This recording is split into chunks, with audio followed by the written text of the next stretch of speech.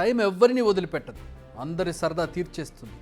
చేసిన తప్పులు, వేసిన తప్పటడుగులకు ఫలితం అనుభవించాల్సిందే. ఎందుకు ఇదంతా చెప్పుకోవాల్సి వస్తుందంటే, అధికారం ఉంది కదా అని పక్క వాళ్ళ గోతులు తీస్తే ఇప్పుడు అదే గోతులో కూరుకుపోవాల్సిన పరిస్థితి వచ్చింది. ఎవరి గురించో ఇప్పటికే మీకు క్లారిటీ వచ్చేసి ఉంటుంది. మొదట ప్రణీత్రావు బండారం బద్దలైంది, ఆ తర్వాత సిఐలు, డిఎస్పీలు, ఇప్పుడు ఏకంగా అడిషనల్ ఎస్పీలు. ఆ తర్వాత ఎవరు? అసలు సూత్రధారులు త్వరలోనే బయటపడనున్నారా? అధికారంలోకి వచ్చినప్పటి నుంచి మొదలు పెడితే 10 ఏళ్ల పాటు చేసిన ఒక్కో తప్పు ఇప్పుడు బయటికి రాబోతుందా? ఇవన్నీ మాజీ సీఎం కేసీఆర్ మెడకే చుట్టుకోబోతున్నాయా? అతి తొందరలో ఆయన చిక్కుల్లో పడనున్నారా? కొంచెం పాస్ట్లోకి వెళదాం. తెలంగాణ వచ్చిన తొలి ఏడాది తెలంగాణలో ఎమ్మెల్సీ ఎన్నికలు జరగబోతున్నాయి. ఇప్పుడు సీఎం అప్పటి టీడీపీ నేత రేవంత్ రెడ్డిని పక్కాగా ఫిక్స్ చేశారు ఏసీబీ అధికారులు. కథ, స్క్రీన్ ప్లే, డైరెక్షన్ మొత్తం అప్పటి సీఎం కేసీఆర్ నడిపారనేది ఆరోపణ. ఈ విషయాలన్నీ వారికి ఎలా తెలిసాయి? రేవంత్ రెడ్డి ఇరికించేందుకు ఫోన్లు ట్యాపింగ్ చేయించారు, ఆ తర్వాత కెమెరాలతో రికార్డింగ్ చేయించారు. అప్పుడు మొదలైంది తెలంగాణలో ట్యాపింగ్ వ్యవహారం. ఆ వ్యవహారం అక్కడితో ఆగలేదు. ప్రతి ఒక్కరిపై నిఘా పెట్టారు. తుమ్మినా దగ్గినా తెలుసుకునేలా వ్యవస్థను ఏర్పాటు చేసుకున్నారు. విపక్ష ముఖ్య నేతల విషయం మామూలే కానీ సొంత ఎమ్మెల్యేలపై నమ్మకం లేదు, మంత్రులపై అసలు భరోసా లేదు. ఫలితం అందరిపై నిఘా. ప్రజల రక్షణ కోసం ఉపయోగపడాల్సిన వ్యవస్థను సొంత ప్రయోజనాలకు వాడడం మామూలుగా మారింది. ఉగ్రవాదులు, మావోయిస్టుల కట్టడి కోసం మాత్రమే ఉపయోగించాల్సిన ఫోన్ ట్యాపింగ్కు ఎలాంటి అనుమతులు తీసుకోలేదు. హోమ్ సెక్రటరీ నుంచి అనుమతులు తీసుకోవాలన్న సోయి కూడా లేకుండా ఎవరిష్టానికి వాళ్ళు వాడడం అలవాటైపోయింది. యథారాజా తథా ప్రజ అన్నట్టుగా కేసీఆర్ ఇచ్చిన అలుసు ఆయన అధికారులకు కూడా అలవాటైపోయింది.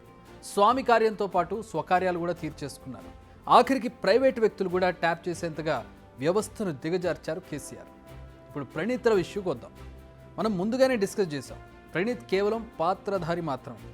అసలు సూత్రధారులు ఉన్నారని ప్రణీత్రావు ప్రైవేట్ సైన్యాన్ని ఏర్పాటు చేసుకున్నాడు. కానీ వారంతా ప్రణీత్ చెప్పిందే చేశారు. కానీ ప్రణీత్కు ఆ ఆదేశాలు ఇచ్చింది ఎవరు? మాజీ special intelligence bureau chief Prabhakar, additional SP Tirupathi Rao, Bhupalpally additional SP Bhujanga Rao, Hyderabad మాజీ టాస్క్ ఫోర్స్ డీసీపీ రాధాకిషన్. వీరి ఇంట్లో పోలీసులు సోదాలు జరిగాయి. అంటే వీరంతా ఈ కేసులో కీ రోల్ ప్లే చేసినట్టుగా క్లియర్ కట్గా అర్థమవుతోంది. అధికారులే కాదు, ఈ కేసులో ప్రైవేట్ వ్యక్తుల ఇన్వాల్వ్మెంట్ కూడా ఉందని తేలిపోయింది. ఐన్యూస్ ఎండీ శ్రవణ్ కుమార్ కూడా ట్యాపింగ్ వ్యవహారంలో ఇరుక్కున్నారు. అసలు ఆయనకు ఈ కేసుకు సంబంధం ఏంటి? ఇదే క్వశ్చన్ పోలీసులను అడిగితే సరైన ఆన్సర్ లేదు. కానీ ఈ ట్యాపింగ్కు కావాల్సిన కొన్ని సర్వర్లను శ్రవణ్ ఇంట్లోనే ఏర్పాటు చేశారని తెలుస్తోంది. అంటే వీరి ట్యాపింగ్ వ్యవహారం కంప్లీట్ ఇల్లీగల్ అని పోలీసులకు కూడా తెలుసు. తెలిసినా ఎవరూ అడ్డుకోలేదు, అడ్డగించలేదు. ఇది తెలియక చేసింది కాదు, తెలిసి చేసిందే. కానీ ఇప్పుడు తేలాల్సింది మాత్రం చాలా ఉంది. అసలు శ్రవణ్ ఇంట్లో ఎందుకు సెటప్ పెట్టారు? శ్రవణ్ వెనుక ఉన్నదెవరు? ఎవరి ఆదేశాలతో ఫోన్లను ట్యాప్ చేశారు? ఇప్పటి వరకు డిఎస్పీ కంటే తక్కువ ర్యాంక్ అధికారులకి పరిమితమైన విచారణ ఇప్పుడు ఎస్ఐబి మాజీ బాస్, ఎస్పీల రేంజ్కు చేరింది. వారిని కూడా తీసుకొచ్చి విచారిస్తే మరిన్ని విషయాలు వెలుగులోకి వస్తాయి.